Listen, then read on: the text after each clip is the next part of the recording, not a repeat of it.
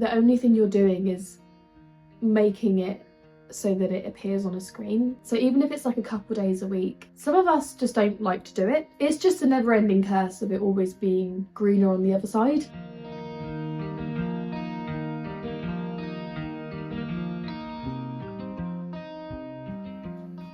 Just getting all cozy here. Oh yeah, that's better. Yeah. Hi guys and welcome back. Today's video is going to be it was one that I was meant to record back in November, December time last year. The reason I didn't record a couple months back is because I had a little bit of a health scare. I was feeling my breasts, as you do, and I did feel a bit of a lump, and then another one appeared like a few days after. I called my doctors and had a couple of appointments, which led to a hospital appointment just to double check that nothing insidious was happening. It turns out everything's fine. Apparently in younger women we do tend to have more lumps in our breasts, so just FYI if you're watching this and you are younger, but also please check, and if you are in any doubt about whether something is feeling a little bit off, please just book an appointment with your doctor and get it checked, because you just never know. The second reason was that I had the worst ear infection. I suffered a lot as a kid with ear infections, and as a result I have half hearing in this ear, and it was this ear that was affected again. And basically I honestly had forgotten what it felt like to have an ear infection. The last one I had was over 10 years ago, and it honestly just feels like you just don't want to move. You don't want to, you want to cover your ear all day long. Like, you don't want to admit the fact that your hearing is gone. Everything just feels muffled. The pain as well is just something else. I couldn't sleep on this side or this side. I ended up sleeping on my back, just sat up in bed. And my partner suffered as well because I would snore, because I got a cold as well, which was just, yeah, the icing on top of the cake. So yeah, I had those two things. I had a cold at the end of the ear infection, and then I had a few days of recovery, and then I got another cold, and then I had almost a week off work last week. So here we are. I'm drinking an oat milk latte with a syrup from Home Sense, which my partner got me for Christmas. It's a salted caramel sugar-free syrup. I'm not a massive fan of sugar-free things because I know that the sweeteners in them are far worse than sugar, but it does taste really good. So that is what I'm drinking today. We're going to talk about today some self-care tips during the winter. A lot of pressure is put on people during the New Year's, and it's just become a culture thing, and we think that we have to improve our lives in every single way possible. Like, we have to organise our homes, we have to eat better, we have to exercise every day. It's really unhealthy, and instead of focusing on that kind of topic, I really want to focus on just taking care of ourselves, because during winter, especially with all this pressure, you need to take care of your physical and mental health. You get lost in the current, I think, of people setting goals and resolutions, and you lose touch of what really matters, which is your own health.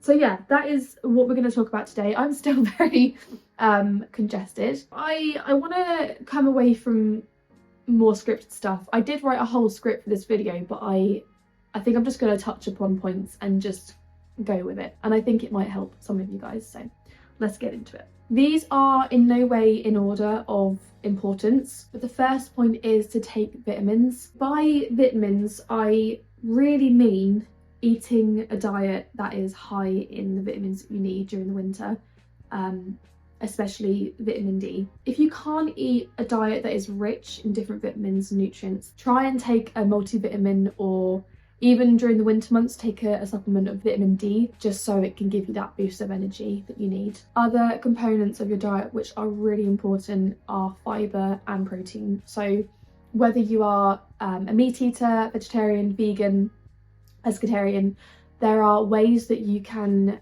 make sure that these are included in your diet. But yeah, vitamins, fibre, protein, these are so important during the winter. Having a step goal.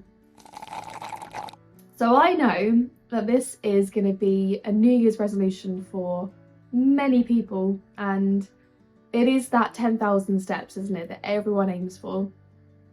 And it honestly depends on the kind of lifestyle that you have, because I used to have a job where I was on my feet all day long, so I would easily do 10,000 steps, and that would be my goal. But now I'm sad to say that it's about 6,000, because I am behind a desk now. But you know, I do exercise, and we will get onto that later. But having a step goal in mind, which is realistic for you and not a way to punish yourself. Say you've not done your 10,000 steps that day and you're really close, you're on 9,000 and you want to get that last 1,000 in. You can, but it's, and I mean I still do this as well, like I just walk on the spot to get those in, but honestly the only thing you're doing is making it so that it appears on a screen. If it is genuinely making you feel good to get those extra 1,000 in, then that's absolutely fine. But a step count should be what you naturally do in a day, whether you're walking to the shop, whether you're walking to work, whether you're going for a run, all these different things, but not just rushing at the end of the day to get it in. Motion is lotion.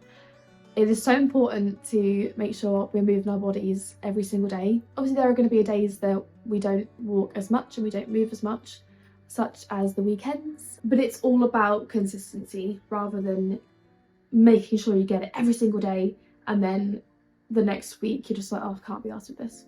So I just touched upon working out. This is a very particularly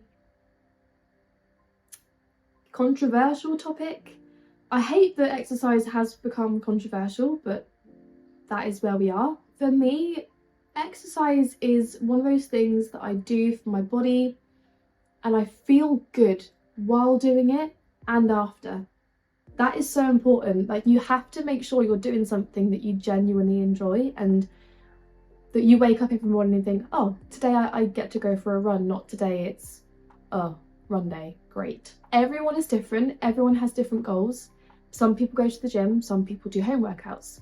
But I think we need to make sure that we do cardio for our heart health so that it lowers the risk of diabetes and heart disease, strokes. But at the same time, we have to make sure we're looking after our bones and our muscles by resistance training. I don't want to linger too much on this topic, but yeah, if you can find something that works for you. I honestly love going for runs. It is a free way of exercising.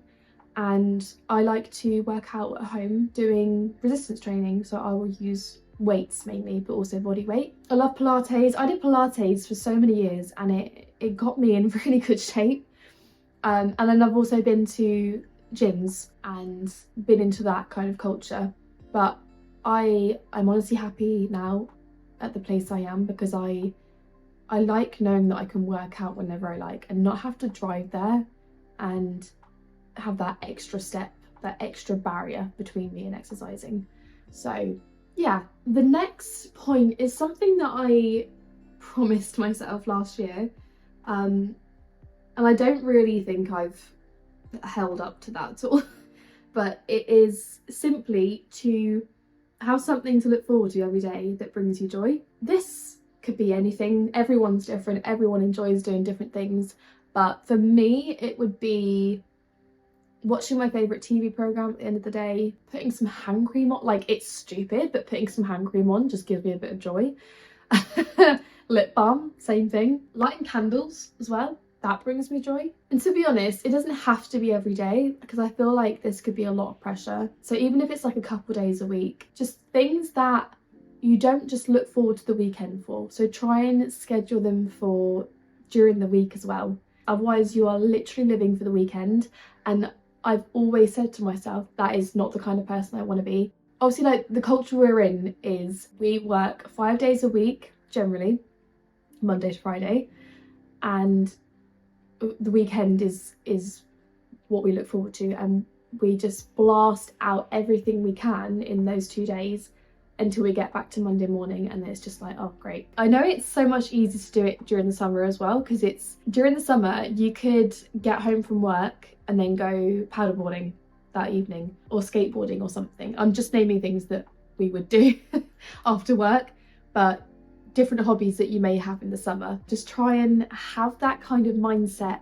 during these months as well, and then obviously keep it going during the summer. I'm very torn on the next point, because although I feel like it can be beneficial to many people, some of us just don't like to do it, and I go through phases. So having a pamper evening is something that I always love the idea of, but I never seem to, it's not like I don't have the time to do it, because I do. It's that it's never easy to do. It'll either be I'm coming back from work and I just want to get in the shower and we're going out somewhere, or I need to have a shower and then quickly cook dinner. But it's never like I take the time to have a long bath, do a face mask, do everything else that I wanted to do. I rarely make the decision to have like a good hour. So I prioritize more exercise over things like that, which I do need to work on. I just realized I need to do that. But yeah, it's completely up to you. Like if you like to pamper yourself and you already do it, like that is so amazing.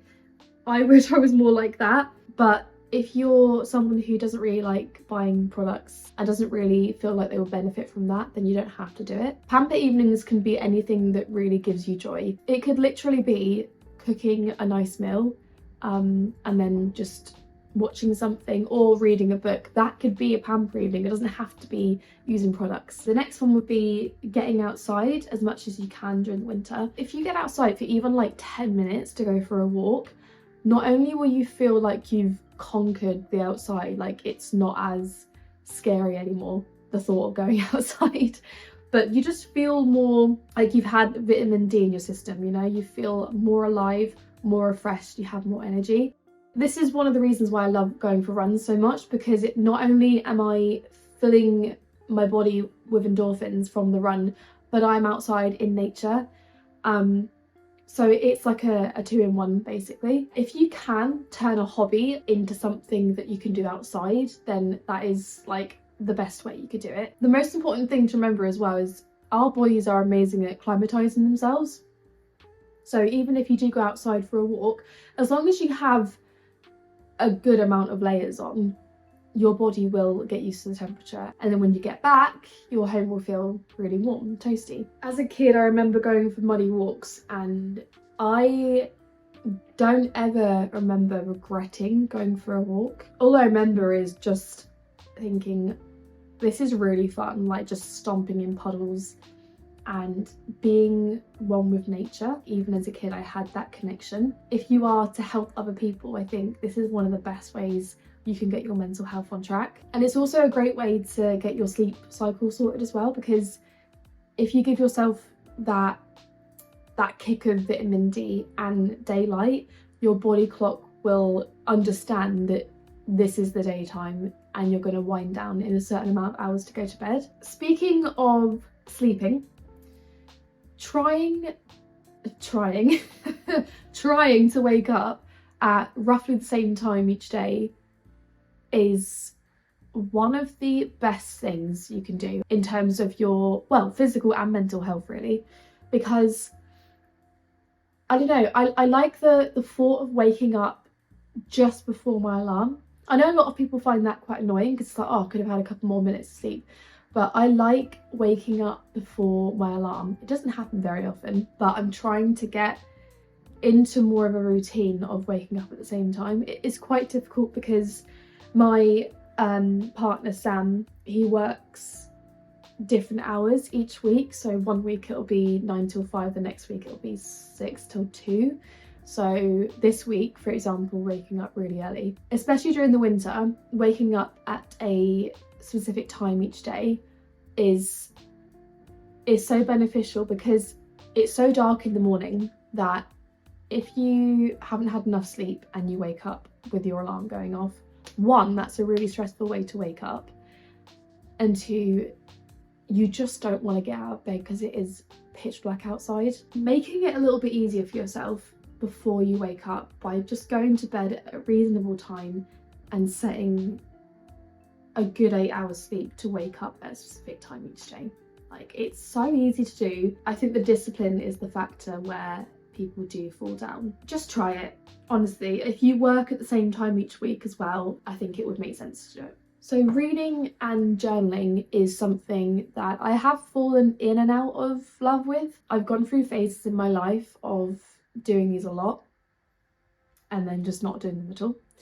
And I really want to get back to a point where I am doing both on a regular basis. Journaling is one of those hobbies that takes a lot of practice, not to get it right, but to get in a zone where you feel like you're benefiting from it and it's doing something for you. I kept so many diaries when I was a kid, and I would just document every day what I did, where I went. Not so much how I felt about things, it was more just a he said this, she said this, we went there, that kind of thing. But even just doing that definitely helps, because it's like a way of finalizing your day. It's like a closure to that day. If you can talk about your feelings and journal about your feelings, this is a bonus, because you may not be able to tell someone else how you're feeling as good as you can write it down, especially if you know that no one's going to read it as well. I haven't journaled since we moved into this house. It was more if something bad happened, I felt like I'd really need to get my frustrations out.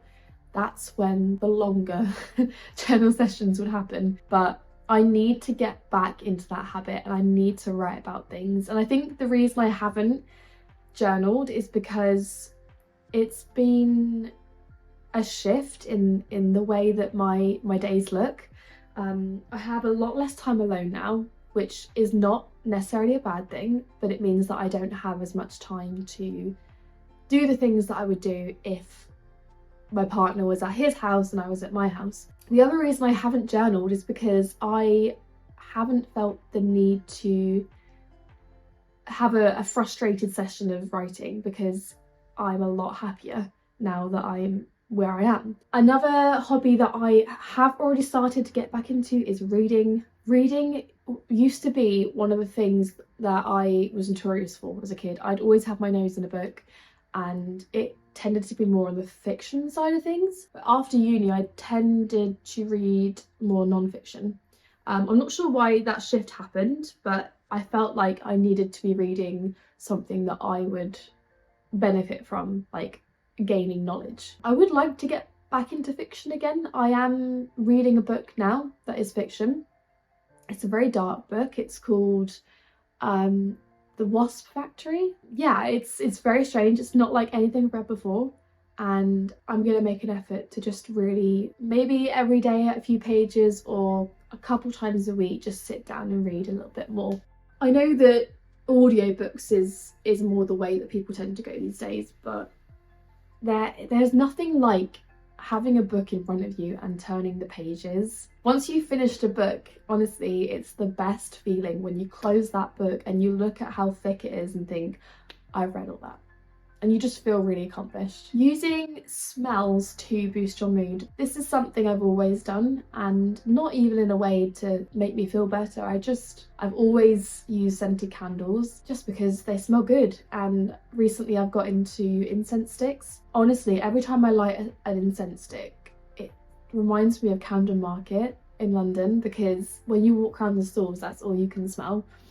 And there is something about an incense stick, the way it smells. Even if you get different fragrances, they're going to smell slightly different, but they all have that backdrop, that heart note, whatever you want to call it, of like just musky, like smokiness. It's just so, oh, it's so good. And speaking of candles as well, I actually got this from a garden centre in Reading, and I just found it really festive. And to be honest, it's not too Christmassy that I would want to put it away straight away, so we've still got it out during January. But winter candles, I tend to go for warmer scents, so like mulled wine kind of fragrances, and gingery sort of spicy ones. And then in the summer I'll go for more lemony, zesty, fresh smelling candles, like verbena for example. And then we've got tea and coffee. I am not a herbal tea drinker, but I know honestly, the smell of herbal tea is so much better than the taste, and I have never got to the point where I've drunk enough herbal tea to be like, smells lovely, tastes just as good. I've never got to that point. So I love the smell of herbal tea, but I never smell it because I never make it. But coffee, the smell of fresh coffee, just grinding a cup of fresh coffee, oh, it wakes you up in the morning. It just gives me that zest for life. The last point is more to do with Christmas because it's seasonal activities, but I guess it does apply to any time of the year, to be honest, because, you know, we've got different holidays coming up. We've got Pancake Day and Valentine's Day and just little bits here and there that we can celebrate.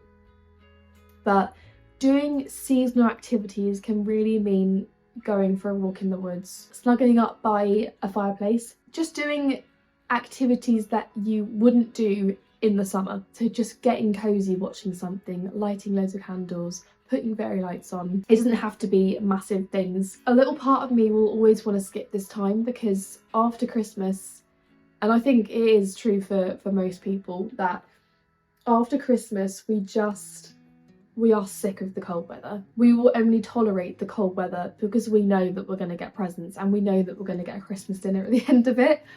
But after that's done, it's like, okay, well, what's the point? But I really, really want to make a change, a shift into enjoying the winter for what it brings and not getting to the point where you just want to hibernate through the whole season. And I hate it that, I don't know whether this is true with you guys, during the autumn and winter, I just wish for summer again because I am just freezing cold.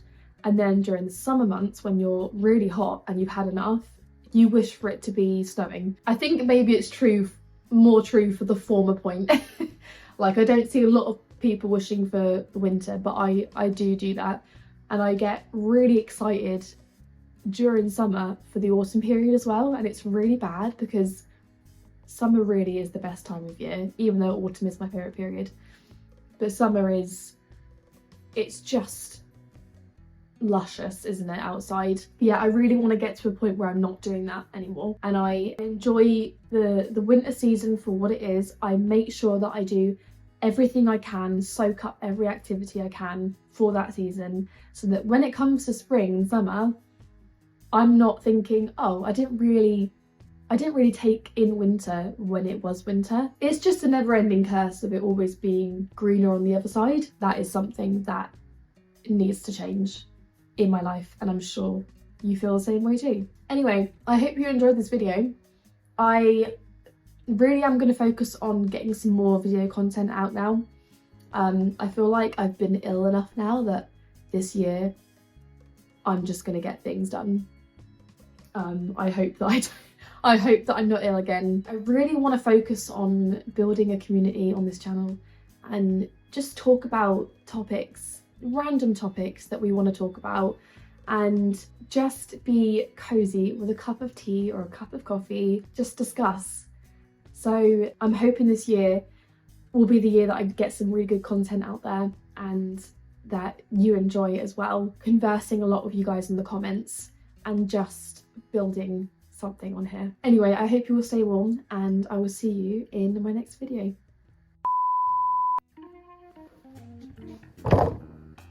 One of your exercise, waking up at reading and this can be a not really realised that I've benefited from. Even if you get different flavours, snuggling up by where I really get some great quality.